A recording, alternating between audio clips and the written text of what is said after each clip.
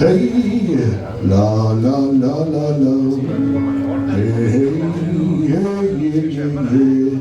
Oh, la la la la. I'll take it. That's fine.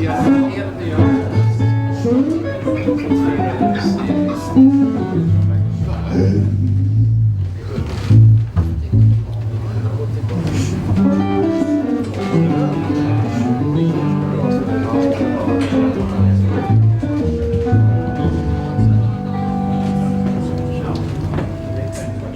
I'm Brian Kramer from New York City, Brooklyn, and but now I live here in Stockholm.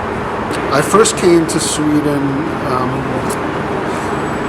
15 years ago to play music and to tour.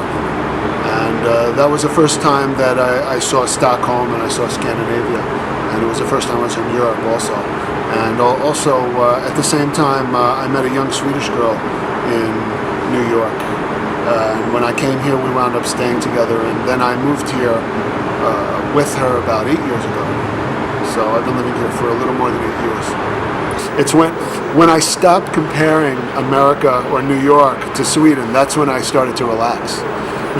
Because you can't compare it. They're very different places. So there are things that they have in America that just aren't going to happen here, and they don't have here. You know, they're getting more things every day, food and things like that, but they're just two different, places. So I try not to compare anymore. I try, if jag bor I Sverige,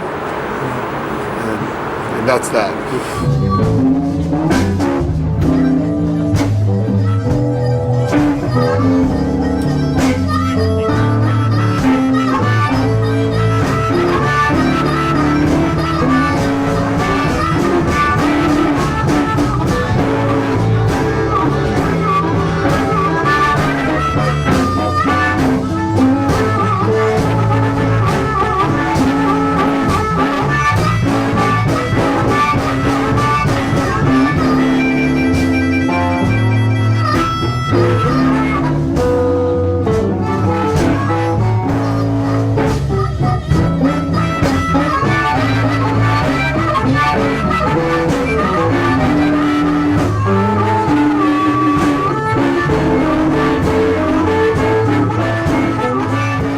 One of the few, there aren't that many places in town that have blues music and jazz music, and Stampen is the oldest and the most famous, and it's also the one with the best feeling.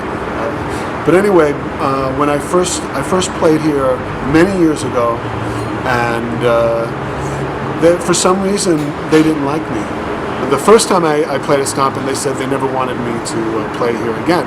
And what happened was, a few years later, those people sold the place, and Joseph Haddad and Johan and the new people bought the place. They were much nicer, and I came to them with the idea to do a jam session, which is like what we're talking about, where we got all kinds of people who never met before to just play together on stage and just jam together and create a good feeling.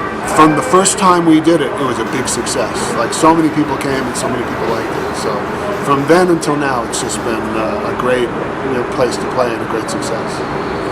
Growing up in Brooklyn when I was your age and a little bit younger, there was not a lot of blues around. In fact, at that time, it was mostly disco. You remember disco? Yes. It's like, and the popular music at that time was like Bee Gees, or even the rock and roll groups were Kiss and things like that. And we remember the movie Saturday Night Fever, yes, with John Travolta. Yes. That was like popular at that time. So everybody was listening to that kind of music, especially where I grew up in Brooklyn. Especially, I was everywhere. But what happened was I was learning how to play guitar with a good friend of mine. And what we did was we found in a used record store, we found some old blues records. And what we did was we went home and we listened to them, and we never heard music like that before. Like, we heard music like, there was artists like Robert Johnson and Lightning Hopkins and these great old blues musicians. And when I heard them, I just couldn't understand the music. And it felt so good that I wanted to learn how to play it.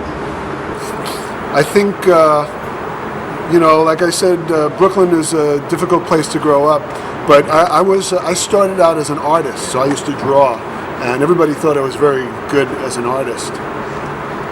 And but everybody else wanted me to be a big artist, you know, and that was something that I really wanted to do. But eventually, it was more their dream than my dream.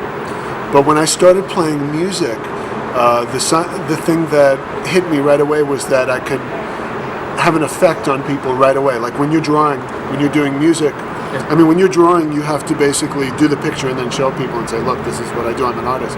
But when you do music, you go on stage and you play and you really can express your life right there at that moment. So when I started playing music, I actually did dream that, you know, when I was learning the blues, that someday maybe I would actually be accepted as a real blues musician by the people that I loved. And the dream came true. When I was living in New York, I think at this time I was like 21 or 22 years old, probably 21. And what I did was I would go out every morning. I would go out and I would play in the subway, which, you know, the Tunnelbana. And I would play there for a few hours to make enough money for lunch or whatever. And I would sit there and I'd play all day. And I did that for years. And what that did was that gave me, it made me very strong as a player. And it also, I met a lot of great musicians and a lot of people. It's a very strange thing. New York City, when you're standing still in one place in New York City, like in the subway, everybody passes by. So everybody, so you can meet famous people, you can meet people, they're just passing by all the time. So I would get people all the time stopping and talking to me, really great musicians, and you know, they would invite me to play shows, or they would, the first time I made a record was when I was playing in the subway. Somebody saw me and said, hey, you're really good, I'd like to make a record with you. And I did that, and so basically I did that for many years and developed what they call chops in New York. And chops is when you can play really strong because you're playing a lot all the time. So.